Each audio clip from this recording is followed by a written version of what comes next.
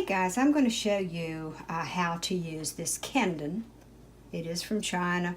What can I say? So I'm going to plug it in. That's going to be first thing. You just plug it in.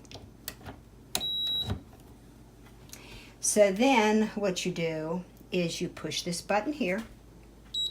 Okay.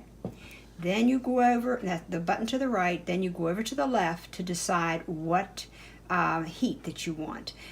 We go with tea, but we go with 195. But you can also go with 175 for tea. It's going to go ahead and actually start heating because I didn't put something in, you know. So anyhow, I've got it 195. If you want it 175, you just press it again.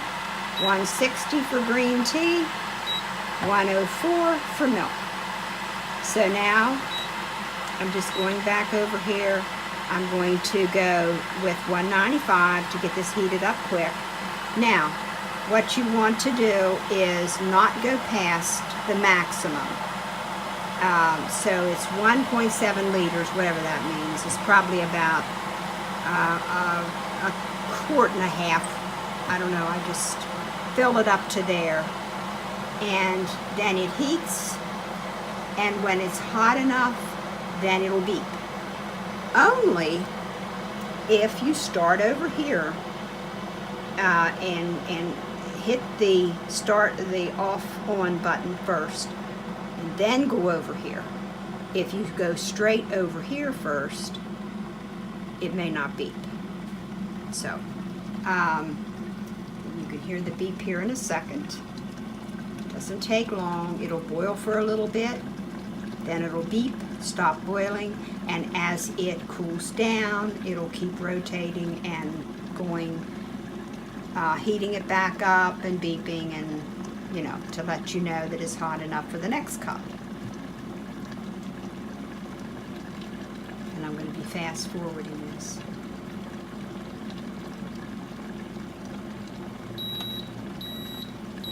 So there you go. It's letting you know that it's hot enough.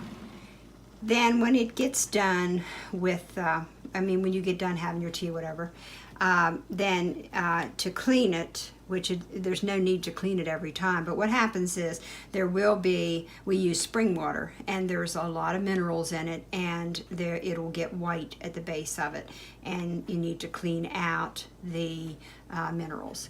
So this here pushes back like so. And there's got like a little screen, and then to put it back down, you just push and snap it back into place.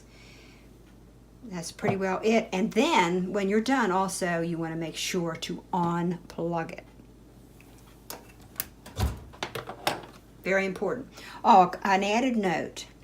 I would recommend when you fill this that you take it off of the heat source, okay?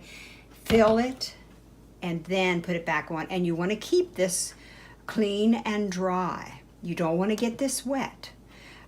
So you just want to have it in an area where you're not going to be having it exposed to any water.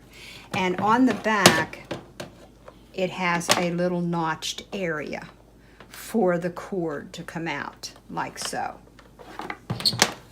That's pretty well it, guys.